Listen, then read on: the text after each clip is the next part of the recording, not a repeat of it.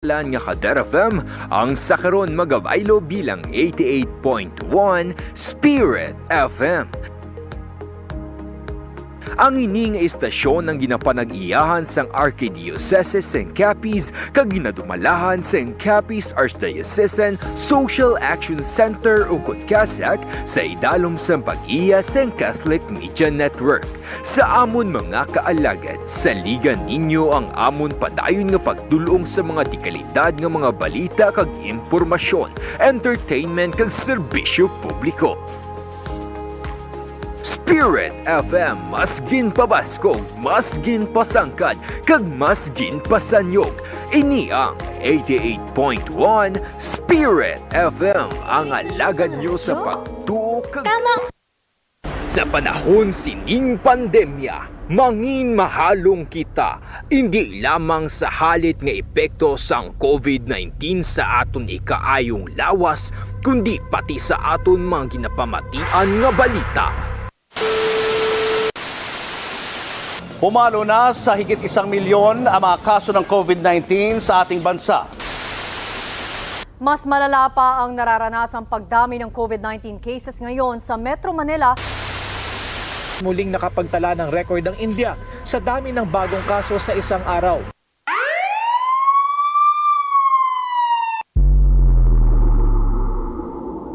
Para sa mas komprehensibo nga pagbalita, mas detalyado nga pagwaragwag sang impormasyon kag mga detalye tuhoy sa COVID-19 nga gikan sa maid-id nga pagtuon. Kasak Special Coverage! Kasak Special Coverage! Igadulong sa inyo sang inyong mga kaalagad sa kahanginan. Alagad Maidorias kag alagad Real de la Rosa. Kasak Special Coverage. Mabatian live sa Kasak Facebook page kag 88.1 Kader FM. Lunes tubto Biyernes alas 4:30 tubto alas 5 sa hapon. Kasak Special Coverage. Kasak Special Coverage. Ang alagad nyo sa pagtuo kag pagserbisyo sa tawo. Oras 88.1 Spirit FM, alas 5:38 sa hapon.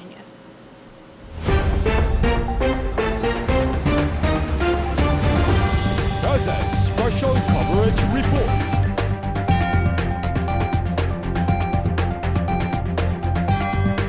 Mayong hapon, Siyudad sang Rojas, kag probinsya sang Capiz. Mayong hapon sa inyo tanan mga kaalagad. Nagapamati kag nakatuto kamo sa emergency radio station sang Archdiocese of Capiz. Ini ang 88.1 Spirit FM. Kazakh Special Coverage Report. Nagapalayag sa kahanginan na pinagi sa emergency broadcast permit nga ginhatag sa aton sang National Telecommunications Commission kag ang ining estasyon na ginadumala sang Capiz Archdiocesan Social Action Center, ang social development kag humanitarian arm sa Archdiocese of Capiz. Kazakh Special Coverage Report. Nagapangalagad ang inyong programa Kazakh Special Coverage subong nga adlaw sang Lunes, petsa sa isa bulan sang Setyembre tuig 2021 para sa padayon nga pagdulong sa inyo sa mga importante nga mga balita kag impormasyon na tuhoy sa COVID-19 pandemic. Kazakh Special Coverage. Sa pangalan sang kabugusan nga puwersa sang 88.1 Spirit FM, akong inyo alagad. Maging kaupod ninyo sa pag-alagad sa Ginoo, pinaagi sa pagserbisyo sa tao. Ini sa alagad Maidorias para sa 88.1 Spirit FM Kazakh Special Coverage.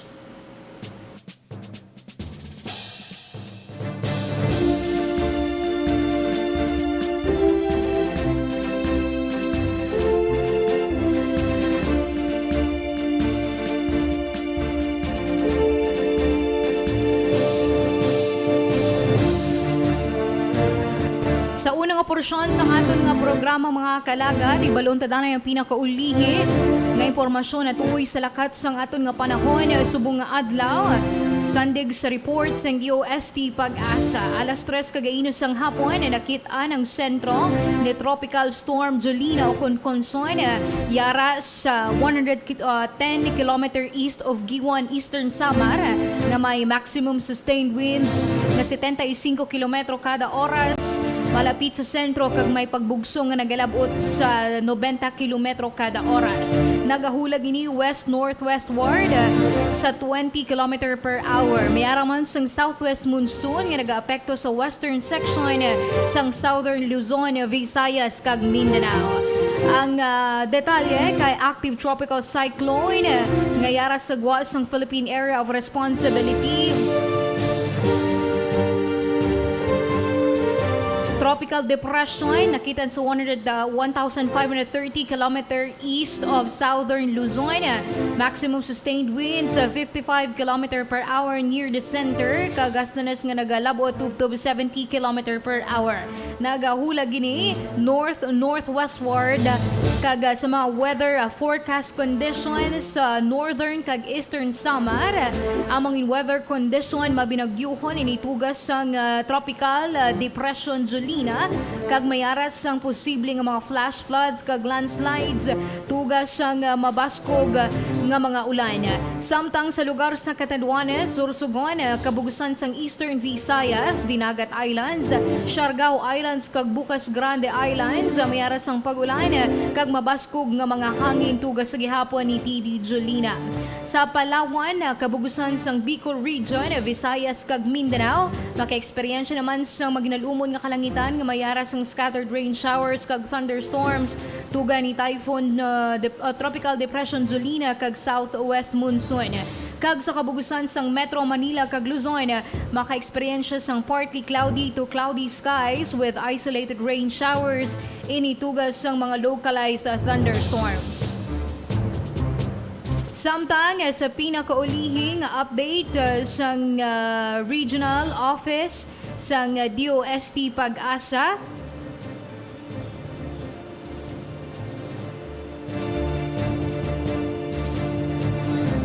alas 5 kagainas ang aga nakitaan ini yara sa ang sentro ni Tropical Depression Jolina yara sa 310 km southeast of Giwan, Eastern Samar. Kag mayara sang maximum sustained winds ng 45 km near the center kag may pagbugso nga nagrabot sa 55 km kada oras.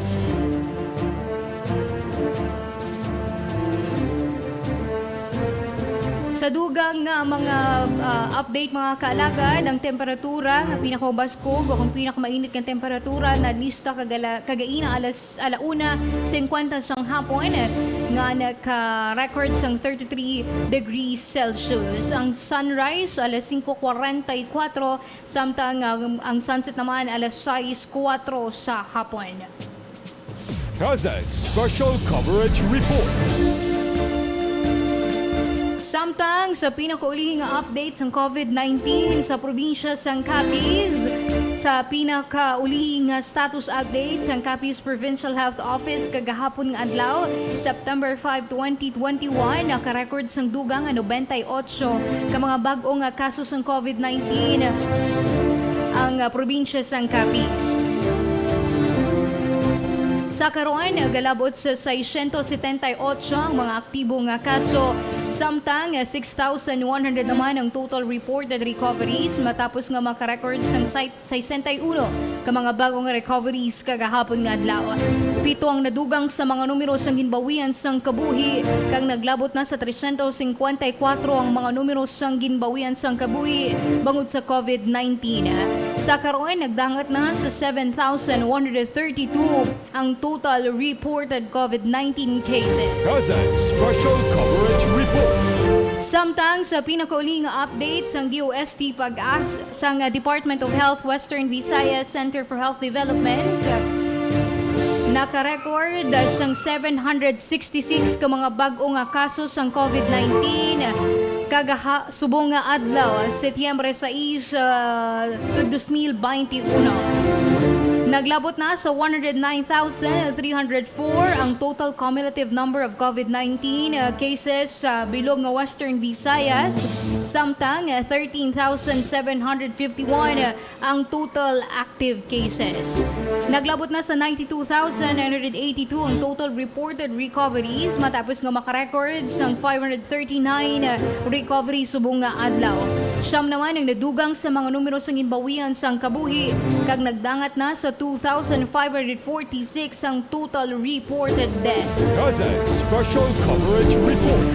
Samtang suno sa pinakaulihing nga update sang Department of Health subong nga adlaw sa pangkabugusay nagsubong nga adlaw naka-record sang 22,415 ka mga bag-ong nga kaso sang COVID-19 sa bulog nga pungsod Pilipinas. Bangod sini naglabot na sa 2,103,331 ang total COVID-19 cases. Nagalabot pa sa 159,633 ang total active cases, samtang 20,109 naman ang nadugang sa mga numero sang recoveries. 1,909,361 ang total number of recoveries, kag 34,337 naman ang total reported deaths matapos nga makarecord sang 103 ka mga bag-ong numero sang napatay subong nga adlaw. Kazakh Special Coverage Report. Nabatian mga kalagad ang update sa kaso ng COVID-19 diri sa probinsya sang Capiz, sa Western Visayas kag sa bugos nga pungsod Pilipinas. Sa akon nga pagbalik idulong naton sa inyo ang mga detalye sang aton nga mga balita. Magabalik ang Kazakh Special Coverage matapos ining mga importante nga mga pahibalo. Ang dengue, isa ka acute viral infection nga makuha paagi sa kagat sang lamok nga Aedes aegypti. Ini nga balatian makalalaton kag makamamatay. Kung mapabayaan ang tawo nga malatnan sini nga balatian, mahimo ini mangintunaan sang iya kamatayon. Yari ang mga sintomas sang balatian nga dengue. Mataas nga hilanat, nagapalanakit ang lawas, pagpalangluya, rashes sa lawas, pagdugo sang islo kag ilong, pagsakit sang tiyan, maitom ang higko kag ang pagpalanuka. Yari ang mga dapat himuon agud malikawan kag matapna ang dengue. Tinluan sang maayo ang balay kag palibot. Pangitaon kag gubon ang mga lugar kag butang nga ginaistaran kag ginaitlugan sang lamok. Takpan ang mga drum, balde, galon kag iban pa. Islan ang tubig sa turera isa ka beses kada simana. Tinluan ang sagilong sang atok. Buhuan o kunhiwaon kag pakulbon ang mga goma nga wala na ginagamit. Himuson ang mga nagalapta nga paya, bote kag lata sa palibot nga mahimo matiniran sang tubig kun mag-ulan. Magsuksok sang proteksyon sa lawas. Magsuksok sang pantalon kag bayo nga mahaba ang manggas. Magamit sang moskitero kun magtulog. Maggamit sang mosquito repellent kada adlaw. Magpakonsulta sa mas temprano. Gilayon nga magpakonsulta sa doktor kung nakabatyag sang hilanat sa sulod sang duwa ka adlaw. Magsugod sa pagpaaso kung mayara sang lugar nga madamo ang kaso sang dengue kag may peligro sang outbreak agud gilayon ini nga matapna. Patyon ang kiti-kiti, tapnaon ang dengue. Ang ini nga pahanumdum, buylog nga ginadulong sa inyo sang Provincial Health Office kag Capiz Provincial Government. Sa panahon sining pandemya, mangin mahalong kita, hindi lamang sa halit nga epekto sang COVID-19 sa aton ikaayong lawas, kundi pati sa aton mga ginapamatian nga balita. Pumalo na sa higit 1 milyon ang mga kaso ng COVID-19 sa ating bansa. Mas malala pa ang nararanasang pagdami ng COVID-19 cases ngayon sa Metro Manila. Muling nakapagtala ng record ang India sa dami ng bagong kaso sa isang araw.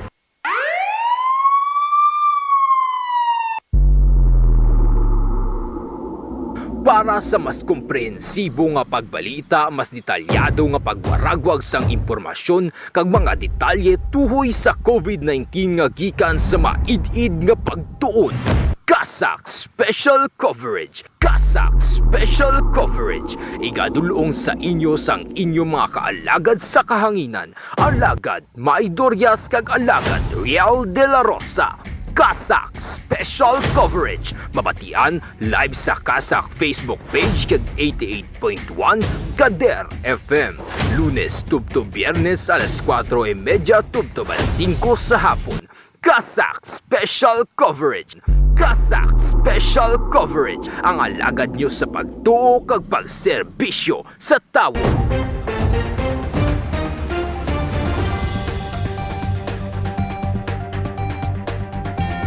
Oras 88.1 Spirit FM, alas 5:50 sa hapon.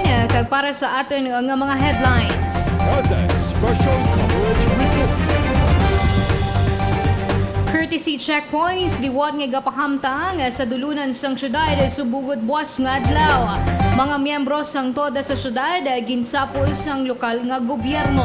Samtang crime rate sa Region 6 nagdumbo sa 19.37% sa sulod sang 8 ka bulan. Granular lockdown sa Metro Manila hindi pa aprobado ni Presidente Rodrigo Duterte. Halos katunga sang mga katapos sang Philippine National Police na bakunahan na batok sa COVID-19. Kagabalita Caritas Pasko, hindi isa ka commercial celebration, suno sa isa ka obispo.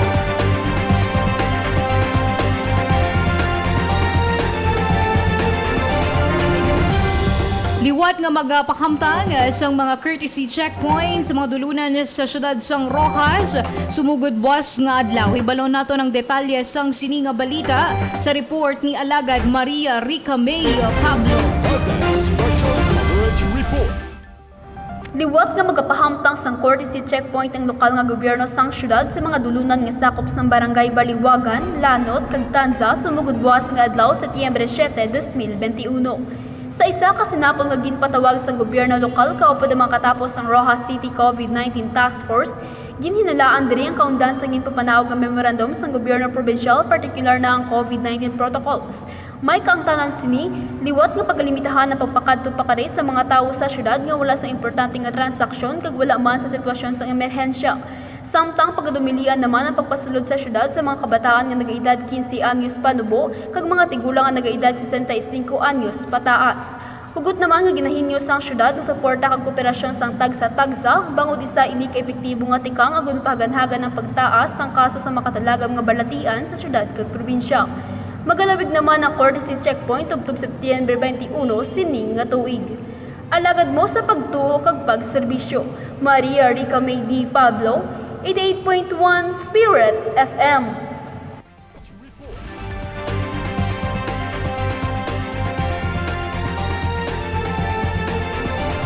Samtang sa dugang nga balita lokal, ginsapol sang lokal nga gobyerno sang syudad sang Rojas ang mga miyembro sang toda diri sa syudad.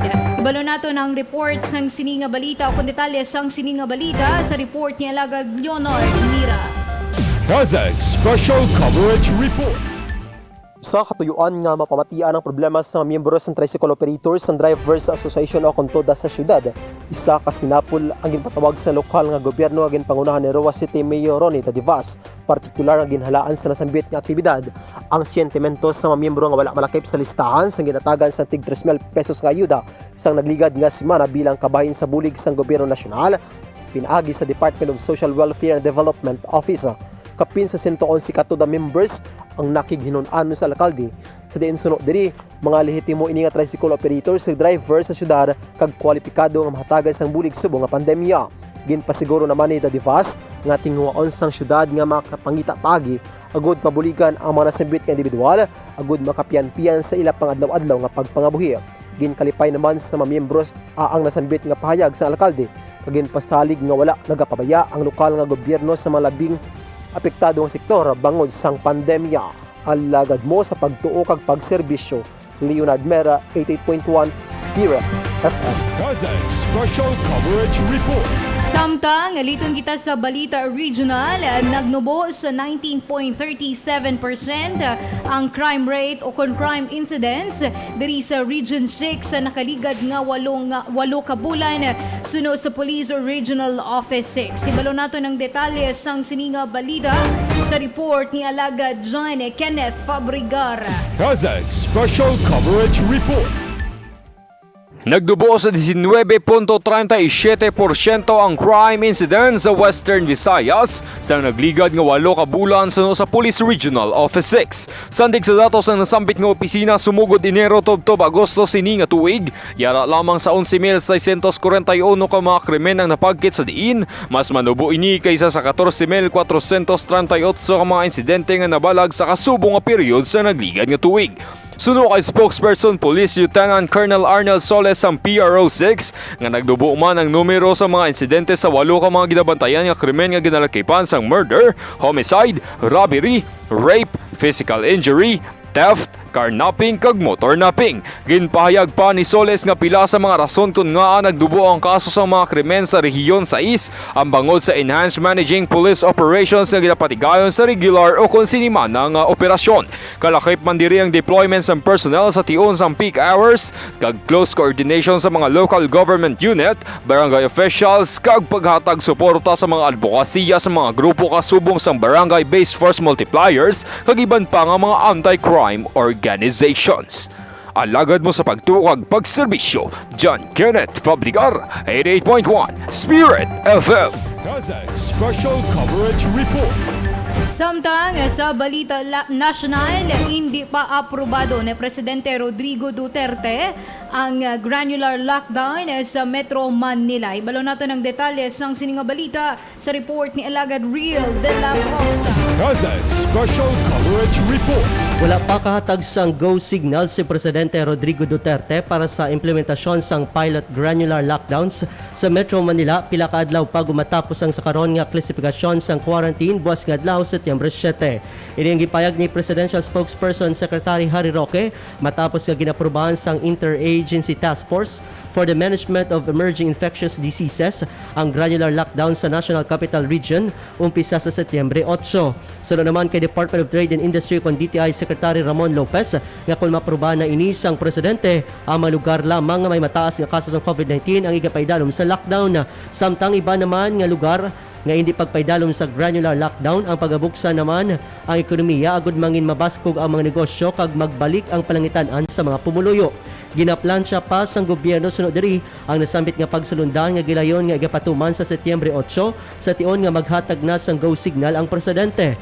Una na ang gipayag sang IATF nga padulong na ang gobyerno sa direksyon sang pagpatuman sang granular lockdown o kung localized lockdowns nga nakita nila nga mas epektibo kaysa sa regular nga quarantine classification nga naandan na sang publiko. Una man nga ginpayag ni Roque nga kinahanglan na sa bago nga taktika sang gobyerno sa lockdowns bangod sunod diri nga daw hindi na epektibo ang ginapatuman nga quarantine classifications. Alagad mo sa pagtukag pagserbisyo, Real de la Rosa, 88.1 Spirit FM. Kazakh Special Coverage Report. Samtang sa iban pang balita, halos katunga sa mga katapos ng Philippine National Police na bakunahan na sa COVID-19. Nabalo nato ng detalye sa sininga balita sa report ni Alagad Maria Jean Lorin Balgos. Kazakh Special Coverage Report. Halos katunga na kon 48% sa mga katapos ang Philippine National Police o kon PNP ang nabakunahan batok sa COVID-19 suno kay PNP Chief General Guillermo Eleazar. Suno diri nga 93% nga nagbato na sang bakuna, halos 45% diri ang nakabato na sang second dose. Sa diin sa Metro Manila, 63% sa 97% sa pwersa sang pulis ang nakabato na sang duha ka dose sang bakuna o kon fully vaccinated na. Iyang ginpahayag ni Eleazar matapos ang ginaprobahan sang Interagency Task Force ang implementasyon sang granular lockdown sa kapital nga riyon sa baylong magpatigayon sang quarantine status. Sa idalom sang granular lockdowns, gina-expectar nga ang mga pulis ang magamando sa checkpoints kaupod sa mga force multipliers apang pagahulton pa sini ang resulta sa ginang mga COVID-19 test dugang pa ni Eleazar. Samtang sandig sa datos sang PNP kahapon nga adlaw, 35,703 nasa hanay sa mga pulis ang nagpositibo sa COVID-19 sa diin 2,238 ka mga kaso diri ang nagapabilin nga aktibo. Naglabot naman sa 108 o 0.3% na sa mga kaso ang nagtiliwan. Samtang yara sa 93.4% naman ang recovery rate sang PNP suno sa nasambit nga opisyal. Alagad mo sa pagtukag pagserbisyo Maria Ginorin Balgos, 88.1 Spirit FM. Kazakh Special Coverage Report. Samtang sa balita Caritas, hindi isa ka commercial celebration ng adlaw sang Pasko. Ini ang pahanumdom ni incoming Catholic Bishops Conference of the Philippines President, Caloocan Bishop Pablo Virgilio David, kaangot sa temprano nga pagsugod sang selebrasyon sang Pasko sa pungsod sa tagsa ka magsulod ng bulan sang Setyembre. Sunod sa obispo, sa anuman wala ginaganyat o kung ginasuportahan sang simbahan ang temprano nga pagsugod sang Pasko sa pungsod, kag wala ini nagasanto sa liturgical calendar sang simbahang Katolika. Paatag pa sang obispo bago pa man ang selebrasyon sang Pasko tag sa kabulan sang Disyembre, mayara pa sang ginasaulog nga panahon sang Adbiento nga 4 ka semana nga preparasyon sa adlaw sang pagbunag sa anak sang Dios nga si Jesus. Pagpakigbahin pa ni Bishop David ang commercialization ang ginatumod nga rason sa nga kinaandan nga temprano nga selebrasyon sang Pasko sa Pilipinas agud magamit sa mga negosyo ang pagpangumersyo sang tagsa-tagsa. Gintuad pa sini nga hindi isa ka commercial celebration ang adlaw sang Pasko nga nagapasama hindi lamang sa liturgical season sang simbahan kundi sa matuod nga kahulugan sang mensahe nga dala sang adlaw sang Pasko kag pagabunag ni Jesus sagud tumano ng promesa nga kaluwas ang San Dios pinaagi sa pagserbi sang tagluwas sang katawhan gikan sa kasalanan. Ang 4 ka semana sa panahon sang Adbento nagasimbolo sa panahon sang pagulat sa mga Kristiyano nga Katoliko sa pagabunag ni Jesus nga isa ka pinasahi nga preparasyon sa pagsaulog sang Pasko akon pagbunag sa anak sang Dios nga may dala nga paglaom, pagigugma kag katawhayan sa katawhan. Present Special Coverage Report. Nabatian mga kalagad ang mga balita gikan diri sa Hulot Balitaan sang 88.1 Spirit FM nga gindulong sa inyo sang aton nga mga news and volunteer correspondents.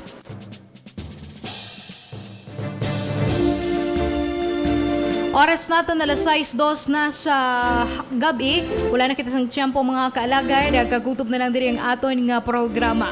Sa pangalan sang kabugusan nga broadcast station team sang 88.1 Spirit FM, sa aton nga overall chairman is Eminence Jose Cardinal Advincula, Managing and Social Action Director Reverend Father Mark Ranflor, sa pangalan sang aton station manager Reverend Father John Dave Ebalia, Program Manager Father Francisco Casalda Jr., sa pangalan sang aton technical directors Engineer RJ Borja, alagad Mingming Wego kag aton partner technical alagad Maria Jean Lorin Balgos. Ako naman ang inyo nangin alagad ninyo sa pagtuo kag pagserbisyo. Ini si alagad May Durias para sa 88.1 Spirit FM Kasak Special Coverage.